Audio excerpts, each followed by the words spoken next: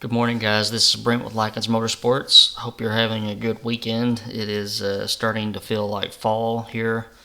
I had an hour of ground training at the airport this morning, and when I left at around 6 o'clock this morning, it was in the 50s, so nice and brisk. We're going to be talking about cams today. So we're not going to be getting into any in-depth conversations. There's a whole lot of information and theory and experience, and it would take years to outline all of that to you guys. But we're going to just bounce off a couple of topics. And the first thing I wanted to say is you guys have been supporting the channel a lot, and I appreciate that. And a lot of you guys have been buying parts from me, and I'm really appreciative of that. A lot of people don't know that I am more than just an engine builder. I am a retailer as far as whatever you need to put a Ford engine together. And I am direct with Scat and Diamond and Male and Racetech and Trend and Comp Cams and Edelbrock and just all these AFR, all these different companies. So I appreciate you all who have contacted me and bought parts from me. For you guys that have bought cams from me, if you would, comment down below and chime in as to what you bought and if you're pleased with it, and even if you're not pleased with it. So feedback helps me quite a bit. The second thing I want to mention is that if you are a subscriber of Eric Weingartner's channel, Eric is a head porter in Oklahoma, and he has recently outlined what he is doing as a camshaft challenge. And you may want to hop over to his channel and see what all he's got going on with his LS engine that he is deemed as a dyno mule. And he's got a handful of spots for guys like me to send in camshafts, and he's doing a challenge. So the winner is going to win some money. And what it cost was an entry fee and send him a cam. So I sent him one. I have pretty much zero LS engine experience, and you may say, well, you know, all engines are air pumps, and it's theory and it's calculations, and you know, you should be able to come up with a cam for any engine family, and that's pretty much true. I do agree with that. But a lot of having a successful camshaft is up to lifter function and valve train rigidity and that sort of thing, and that's where I have zero experience. I don't even know what Cadillac LS lifters are. I don't know if they are a higher performance lifter or if they bleed off quickly or what. I don't know how rigid the valve train is. So it's things like that I kind of had to guess at. But I did send in an entry, and I'll be humble about it and say that I don't plan on winning, but we're all in it for the data, and the data is what's important. So cheer me on as we go forward with that. Alright, so for the main portion of today's episode, we're going to go over the cam form that I put out on my website. A lot of guys send in information for cam recommendations and to buy cams, and they don't understand a lot of what's going on in that form and what exactly I'm looking for. So I thought that it would be a good time to go through all the requirements here one at a time. And to clarify that, so if anything, I can forward this video, link this video to prospective customers, and it'll help them to fill out the form. So the cam is pretty much the brain of the engine, and it controls pretty much everything. So it will control where the engine will peak as far as horsepower and torque. It controls the sound. It controls the power band and the curve shapes. It does a lot of different things. So it pulls everything together: displacement, the cylinder head, the intake manifold, the compression ratio. It pulls it all together. So cams are very important, and if you're going to take time to pay money for a cam, in my opinion, it's worth your while to spend the same money or a few bucks more and get something that's custom designed for your engine.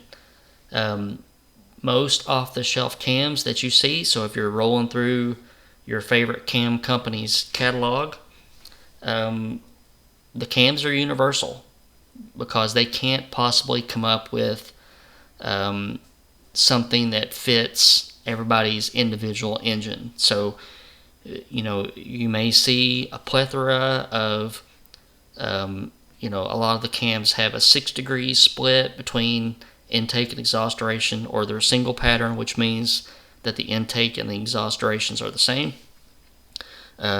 Most of them are 110 lobe separations, and they're ground 4 degrees of advance. So all of that needs to change based off of individual engine spec. So the 50 thousandths duration is generally what we look at to tell the engine where to peak the horsepower. The advertised duration plays a big role in pump gas tolerance, how aggressive the lobe is, vacuum, that sort of thing. The lift, you want to pair the lift up with how well your heads do at a specific valve lift. And the LSA, the lobe separation angle, is just a variable that plays into all of that. It all fits together. So you will hear a lot of guys incorrectly say that, you'll hear them say things like a 110 lobe separation angle is good for the street, 112 is good for fuel injected motors. You want a 114 for a nitrous motor, 108 for a drag race motor, that sort of thing. That couldn't be further from the truth, and the LSA just plays into, along with the advertised duration, those things play into how much overlap a cam has, and the overlap is what you look at in order to choose a cam correctly. Alright, so let's roll through this form. I'm going to explain each of these data entries that I'm looking for. Application is pretty self-explanatory, right?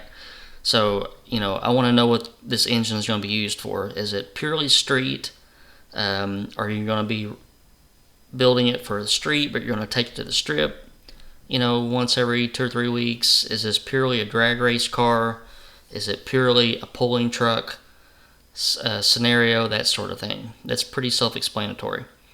Desired camshaft type. So here, I would like to know whether you're interested in a hydraulic flat tappet, a solid flat tappet, hydraulic roller, solid roller. There's pros and cons to each one of those. Break-in periods and cost are the two major factors of that. Any specific journal diameter or core requirements. So in here, a lot of race motors run larger journal cams than stock. So you'll see a lot of 55 millimeter cams, 60 millimeter cams, 65 millimeter cams, that sort of thing. I need to know whether you're working with an aftermarket block, if you're using roller cam bearings, that sort of thing. Also in small block Ford stuff, there's some of the aftermarket blocks can use cam bearings where all 5 cam journals are the same diameter, whereas a factory small block Ford cam has 5 different journal outside diameters. Some people want to use the OEM lifter stuff. So, if you use the OEM style lifter with the dog bones and the lifter valley tray in an older block, you need a small base circle cam. So those are the kinds of the things that I'm looking for with that. Next one down, desired peak horsepower RPM. And in parentheses, I'm saying what RPM you want the peak horsepower to be produced, not the shift point. So generally we shift 500 or 600 RPM past the peak. If this is a street car, usually a 5,000 to 5,500 to 6,000 RPM peak is good, depending on what the rear end ratio is, that sort of thing. You may have a rules race engine where you want the peak horsepower to be at a specific point. So that's what I'm looking for there. Idle quality, do you want it to be really mild? Do you want people to not know that you have, a hopped up engine in your car? Or do you want it to sound like, the thing's coming apart? It's got such a radical sound. What I will say there is that if you're desiring a really radical idle, but you're working with newer aftermarket heads, you may not be able to get what you're looking for. So the idle quality is based off the cam's overlap. Modern heads that are newly designed and are very efficient do not require a lot of overlap. So you will see me run a lot of 113, 114, 115 lobe separation angles with modern heads just to get that overlap down, depending on what the advertised durations are. Vacuum brakes, pretty self-explanatory. Do you have a vacuum booster that requires engine vacuum to actuate it? Vacuum rules, so some race categories, the rules say that you have to meet a specific manifold vacuum if you go through tech and they measure that. So that's what that means. Forced induction or nitrous, pretty self-explanatory. Do you run nitrous oxide, or do you have a hairdryer mounted on your engine? The specs change for all of that. Engine family, again, pretty self-explanatory. Are you working with a Windsor? Do you have an FE? You got a Cleveland? You got a modular? You got a flathead? Bore and stroke? Again, pretty self-explanatory, as is the rod length and the lifter bore diameter. The rod length is used to calculate cylinder pressure. It's very important when we're trying to mess with pump gas. Some aftermarket blocks or some race applications use a larger lifter bore diameter than factory. So we run a lot of small block Ford stuff with a 903 diameter or a 938 diameter, all aftermarket. Cylinder head manufacturer and model. So if you're running a factory head, I would like to know which head you have. So give me the cast number off the head, because say for instance you're building a factory headed FE, a C6 AER head will behave totally different than a C8 AEH head. So I need to know which head you have, what the valve sizes are, if you have upgraded to a smaller stem or larger heads. So all that plays into what I need to do to make sure that your valve train stays in check. Compression ratio. Guys, if you don't know your compression ratio, don't send in the form yet. And I'm not trying to sound crass or rough, but if you can't tell me your compression ratio, or the best that you can do is estimate it by, if you say 9 to 10.5 to 1, that's not going to go. So I need to know exactly what you're working with. or else I could send you a cam that's totally a dog, or on the other hand, pings on pump gas. And none of us wants that. Intake manifold, pretty self-explanatory, as is your carburetor, transmission, what your rear end gears are, approximately how heavy your vehicle is. You know, if you're running a 2,300 pound Shelby Cobra replica, it's a different scenario than a 5,000 pound Ford truck. Fuel that you're running, are you running 87 octane? Are you running 93? Are you running, C25? I need to know what you're running so I can change the cam for that. Rocker arm ratios. Again, small block Ford stuff, you can run a 1.6, you can run a 1.7. Cleveland stuff, 1.73 is standard. There's 1.8s available, 1.9s, 2s. So I need to know what your rocker arm ratio is so that I can dictate what lift you are.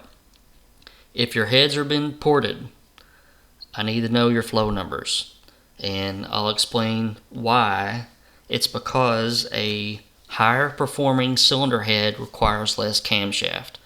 So in my own dyno testing, where I have dynoed an engine, had the heads ported, and that's the only change that I've made, every 10 CFM increase is good for about 100 RPM.